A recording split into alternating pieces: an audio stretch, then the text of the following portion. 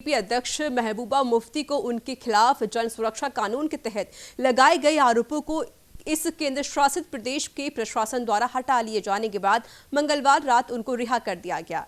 रिहा होते ही महबूबा मुफ्ती ने ऐलान किया है कि आर्टिकल 370 की बहाली के लिए फिर से वो संघर्ष करना शुरू करेंगी और साथ ही उन्होंने ये भी कहा है कि मैं 1 साल से ज्यादा समय के बाद बाहर आई हूं। इस दौरान 5 अगस्त 2019 के काले दिन का काला फैसला हर पल मेरे दिल और रूह पर वार करता रहा। मुझे एहसास है कि ऐसी ही स्थिति जम्मू कश्मीर के तमाम लोगों की रही होगी। हमसे कोई भी शख्स उस दिन की बेइज्जती को कभी नहीं भूल सकता। साथ ही महबूबा मुफ्ती ने कहा कि दिल्ली दरबार में 5 अगस्त को गैर कानूनी तरीके से जो हमसे छीन लिया गया, अब उसे वापस लेना होगा। जम्मू कश्मीर में हजारों लोगों ने अपनी जान न्यौछावर की है, उसे हल करने के लिए अपनी जद्दोजहद वापस रखनी होगी।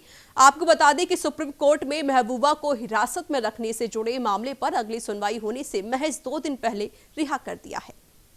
तो वहीं पिछले साल आर्टिकल 370 को निष्प्रभावी बनाए जाने के बाद उन्हें हिरासत में ले लिया गया था। उनकी हिरासत इस साल 31 जुलाई को 3 महीने के लिए आगे बढ़ा दी गई थी।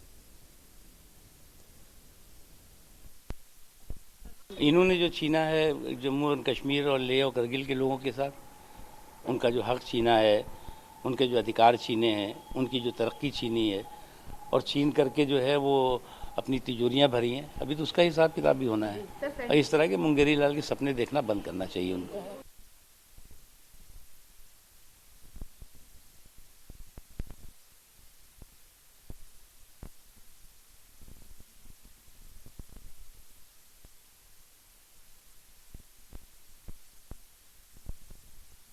का समय बीत गया और महबूबा मुफ्ती अब रिहा हो गई है। कल ही उनको रिहा कर दिया गया, लेकिन इस बीच उन्होंने कहा कि 370 के लिए अभी भी मेरा संघर्ष जारी रहेगा। उन्होंने कहा कि 5 अगस्त का वो काला दिन कभी नहीं भूल सकती और उम्मीद करती हूं कि जम्मू कश्मीर के लोग उसे कभी नहीं भूल सकते हैं।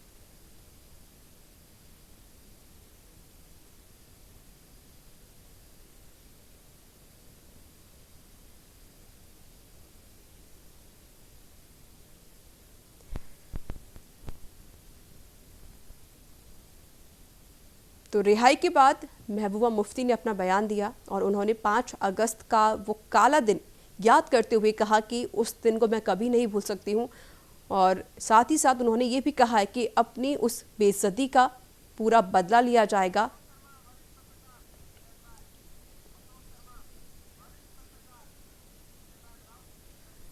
और हमारे साथ जुड़ चुके हैं इस पर अधिक बातचीत करने के लिए वरिष्ठ पत्रकार अशोक शर्मा। सर, स्वागत है आपके न्यूज इंडिया में। हाँ, धन्यवाद जी सर, 1 साल से ज्यादा का समय बीत गया, तब तक जो महबूबा मुफ्ती उसमें रही थी, हिरासत में रही थी, उनको रिहा लेकिन कल रात कर दिया गया है। लेकिन जब वो रिहा होकर बाहर आई हैं तो उनकी तरफ से सिर्फ यही कहा जा रहा है कि अभी भी मैं 370 के लिए संघर्ष करूंगी। क्या कहेंगे आप? हाँ, आज करीब 14 महीनों के बाद महबूबा मुफ्ती रिहा हुई हैं जी। और क्योंकि वो राजनेता हैं और उनको रिहा करना भी एक राजनीतिक प्रोसेस को ही मैं कहूँगा कि शुरुआत मानी जा सकती है। इससे पहले उमर अब्दुल्ला और फारूक अब्दुल्ला वगैरह को भी रिहा किया गया था। तो अब क्या अगर महबूबा कहती है कि मैं 370 हटा लूंगी या ये कर लूंगी वो कर लूंगी, तो ये शायद अब कश्मीर की जनता को एक तरीका हो सकता है, लेकिन वो कहते ही हैं। अब उनकी कथनी और करनी में जो अंतर है वो दुनिया को समझ आ चुका है, खासकर कश्मीर की जनता को समझ आ चुका है। क्योंकि वो तो बहुत कुछ कहती थी और उसके बाद वो राजनीति चीफ मिनिस्टर भी रही जम्मू कश्मीर की। तो ऐसा कोई कदम उनकी तरफ से नहीं उठाया जा सका या नहीं उठाया जिससे कि किसी का भला होता, या जो विजन अपने मुफ्ती साहब का था उसकी कमी भी उनमें दिखी। तो अब वो जो मर्जी कहते रहे, मेरे को लगता है कि अब एक वो कश्मीर में महबूबा मुफ्ती की या पीडीपी की जो है वो अब जी अंतिम समय चल रहा है, तो अंतिम समय फड़फड़ाता है। अशोक जी, आपको क्या लगता है कि 370 के बाद जो जम्मू कश्मीर है कितना उसने विकास किया है पहले की स्थिति के अकॉर्डिंग? देखिए 370 के बाद विकास किया है या नहीं किया है ये कहना तो थोड़ी जल्दबाजी होगी, क्योंकि लेकिन ये है कि मैं मानता हूँ कि मैं करीब 50 साल उम्र हो गई है, तो मैं तो राज्यपाल शासन रखा है जी। जगमोहन जी रहे, बोरा साहब, बोरा जी, ये जो मलिक सत्यपाल मलिक रहे, इन्हीं के कार्यकाल तो जम्मू कश्मीर को विकास की राह मिली है। खासकर जगमोहन जी जब रहे हैं तो क्या कश्मीर, क्या लद्दाख, क्या जम्मू कश्मीर, जम्मू हर खित्ते का उन्होंने पूरा विकास किया और लोगों को लगा कि विकास भी कोई चीज हो सकती है, विकास भी कोई मुद्दा हो सकता है। तो मेरे को लगता है कि जम्मू कश्मीर में यहाँ तक विकास की बात है तो विकास तो यहाँ पहले भी होता रहा है। हाँ, राजनीतिक प्रोसेस के दौरान या राजनेताओं की